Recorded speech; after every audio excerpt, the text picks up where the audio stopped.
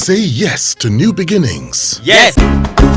Say yes to new beginnings. Yes. Say yes to... Now, if I were to come to you to say I would like to become a broadcaster, what guidelines would you give me on how to jump into the profession and make a success of that plunge, so to say, or so to speak? Well, I belong to the school that believe that broadcasters are born and some are made. Okay. For those that are born who already have it, I think half the job is done. You just want to just quote and unquote panel bit, smoothing the edges, and then you can have it run. But for someone who has never had anything to do with journalism, has had nothing to do with broadcasting, it's a lot. There's a lot to be done. Just a few 2 hours ago, somebody came and said he will want to intern here. He has never done broadcasting before. I think what he has done is to, manage a political aspirant as a media hand. And he said, you know what, I want to sit in for a few weeks. And radio business is something you want to learn in 3 weeks or 4 weeks and 5 weeks. It takes more than that for you to understand, because there are two angles to it. Radio as a business and the business of radio. Most of us, the business of radio. The business of radio is not far from business of journalism that you're doing. Inform, entertain, educate, and all of that. That's the business of radio. But but running radio as a business is a different thing entirely. How do you transform the business of radio, informing, entertaining, and teaching, and all of that? How do you transform that to money? As a broadcaster, working for the government, for a government organization, and as a broadcaster working for a private organization, they are two different things. So the first thing is, do you have it? If you have it, it's a very simple thing. Are you schooled? Have you gone to school to study? Just have the rudiments to know what is right, how to do it. The first step is that, do you even understand the business at all? Do you understand the business? Do you understand that this is a business and must be run like a business? The use of voice, the art and science of interview, the use of music, the use of telephone. Those are things that you cannot learn in 3 weeks or 4 weeks. Even if you have gone to school, we have seen students that have gone through school, the university and all of that. And when they come, we teach them over and over again. There's one thing to have the knowledge as taught in the university and in the higher institutions. It's another thing to be able to practice that thing that you have learned to meet the demands of the market, so that you can keep the public listening to you. I hope I've been able to answer that question. Now, with the benefit of hindsight, also with the years of experience that you've garnered, what would you say is the commonest mistake that you've noticed with the new generation broadcasters? They want to grow without learning the ropes, without passing through the right, what do you call it now? Is it the right, doing the rite of passage? They just want to grow. What we have seen is that as long as you know Burna Boy, and you can say a little about Burna Boy, you can say a little about Davido, Kim Kardashian, and possibly you can talk about Arsenal, Real Madrid, and all of that.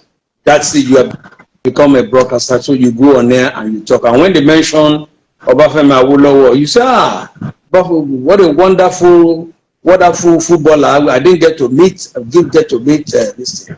What I'm saying in essence that there's a lot of ignorance that some of these young lads display on air.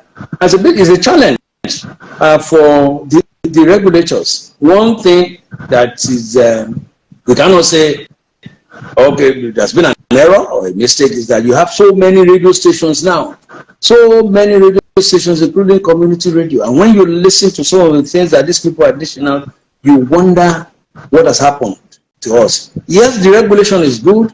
Yes, there should be a multiplicity of channels. Yes, there should be room for people to, who have the money to establish radio stations. But what about the quality?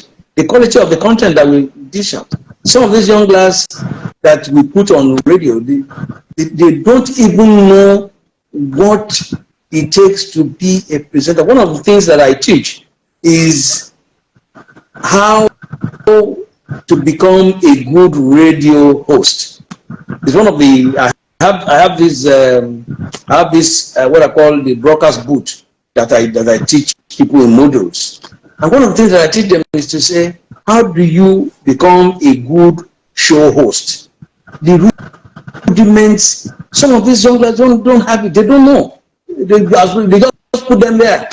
They just put them and they say whatever. To become a good radio or television host, what is required? What must one do? The first thing is that you need to look for a good, what we call is a good training school to start with. No matter the degree that you have acquired, go through a proper training school so that it can teach you a bit of journalism, a bit of the laws guiding journalism and broadcasting, the rules. It can teach you production, feature writing, script writing, lifting it up the page like a pro would do on a stage. It's one thing to write a good script. It's another thing to lift that script off the page in such a way that it will sound so natural and nice to the listener. Radio is a blind medium, and so you should be able to lift whatever script, whatever you have put on paper in such a way that the listening ear will not have to start searching for the meaning of what you are saying. I think the same principle applies to TV. You need to know the rudiments, and it's not something that we can teach you here. Radio station TV. You must have the basics first. Go for the basics. Go through proper training. Once you have that, then we can then do the panel meeting when we get there. What would you say is the greatest thing that being a broadcaster has done for you? Well, I've been around the world. I've had the opportunity of interviewing the best and the brightest, the scholar and the not so schooled, the ruler and the ruled.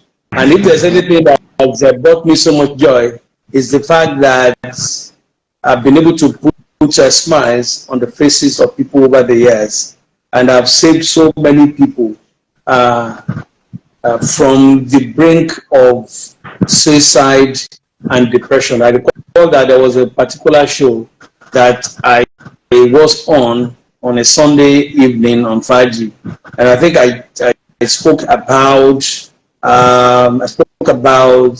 the essence of patience in a relationship, and I think I gave an illustration of a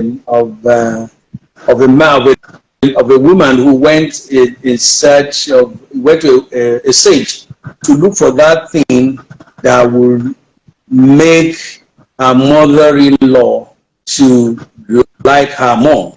And the sage said, "Don't worry, come back tomorrow. I'll give you something." And then when she returned, the sage now gave her a powdery substance to say, anytime you prepare the meal for your mother-in-law, just put a little. She's not going to like you, but she will die off in 21 days.